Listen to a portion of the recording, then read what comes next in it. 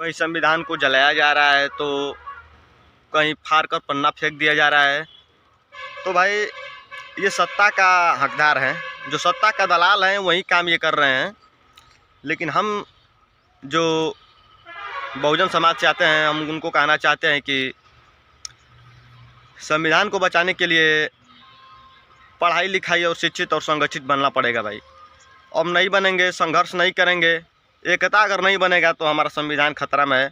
और जब संविधान खतरा में पड़ेगा तो हम भी खतरा में पड़ेंगे।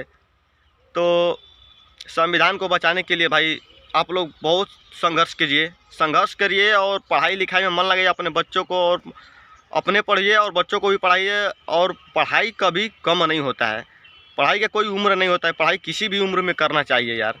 डॉक्टर भीमराव अंबेडकर एक गरीब परिवार से बिलोंग करते थे और वो अपने वर्ष के उम्र में बहुत ही कठिनाई को सामना करना पड़ा उनको।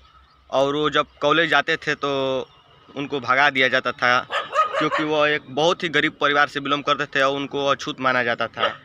और शूद्र के नाम से उन्हें बहुत मतलब आपत्ति था, उनको शूद्र कहा जाता था। वह तो इतना पढ़ा लिखा व्यक्ति थे कि अगर चाहते तो सिर्फ अपना जीवन इतना बदल देते कि वो कभी गरीब नहीं होते। अगर वो चाहते तो अलग कंट्री में भी जाकर वो अपने सामान्य तौर पर अपना अच्छा तरह से जीवन जी पाते हैं। लेकिन वो सोचे कि भाई हमारा देश और हमारा देश गुलाम है तो हम भी गुलाम हैं, और इस गुलामी से छुटकारा पाने के लिए कुछ ना कुछ तो करना पड़ेगा। तो हमारे देश में अभी भी जातिवाद चल रहा है भाई। लोग कुर्सियाँ छोड़कर खड़े हो जाते थे कि ये तो अम्बेडकर आ गया, अब तो सबको समझाएगा, ये करेगा वो करेगा। क्योंकि वो उतना पढ़ा लिखा व्यक्ति था कि कोई भी उनके सामने बोल ही नहीं पाएगा। जब वो भाषण देते थे तो बड़े बड़े लोग की फट जाती थी यार, इतना पढ़ लिए थे वो किसी भी देश में जाकर अपने हक और अधिकार के लिए लड़ सकते थे। लेकिन क्या किए, बस अपने देश को बचाएं, देश के लिए ही वो काम किए। समझ। डॉक्टर भीमराव अंबेडकर इतना पढ़े वो जहाँ जाते थे ना, बड़े बड़े नेताओं की थर कांपने लगती थी। भाषण जहाँ देते थे वहाँ लोग खड़े हो जाते थे। उनको तो पानी पीने तक का अधिकार नहीं था, उनको ही नहीं, और उनके जितने भी शूद्र बिरादरी के लोग आते थे उस समय, उनको पानी पीने तक का अधिकार नहीं था, कपड़ा पहनने का अधिकार नहीं था। गले में मटका और पैर में कमर में झाड़ू और पैर में छैगल बांध दिया करते थे कि ये चलेगा उधर उधर तो मतलब पता चलेगा कि सुधर आ रहा है।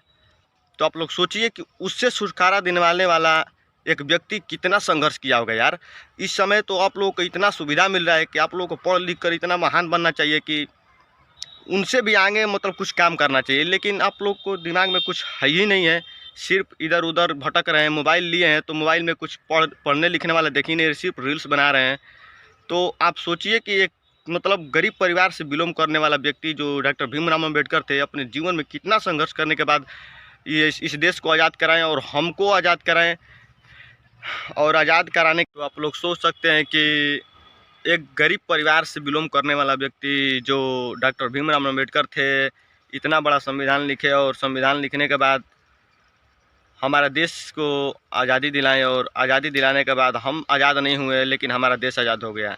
क्योंकि हमारे देश में आज भी जाति के ऊपर लेकर छल उछल हो रहा है, आज भी हमारे देश के अंदर जातिवाद है। तो इसलिए हम कह रहे हैं कि आप लोग पढ़िए लिखिए, संघर्ष कीजिए और डॉक्टर भीमराव अंबेडकर के कहना माने। डॉक्टर भीमराव अंबेडकर ये नहीं कहते हैं कि हमको अगरबत्ती दिखाओ और पूजा करो और ये करो। डॉक्टर भीमराव अंबेडकर यही बोल कर गए थे कि जो हम रास्ता दिखाए हैं उस पर चलो, तब हम मानेंगे कि हमको लोग मानने वाले हैं और हमारा पूजा हो रहा है। उनको पानी पीने तक का अधिकार नहीं दिया जाता था, और वो पानी पीते थे तो उनको मार दिया जाता था, पीट दिया जाता था। ज़रा सोचिए आप लोग कि वो अपने जीवन में कितना कठिनाई कर और वो इतना महान आदमी बने। आज उनके संविधान को बनाया गया संविधान को मतलब बहुत लोगों को आपत्ति हो रहा है कि ये तो एक शूद्र का बनाया गया संविधान हमारे देश में चल रहा है और हमको चला रहा है।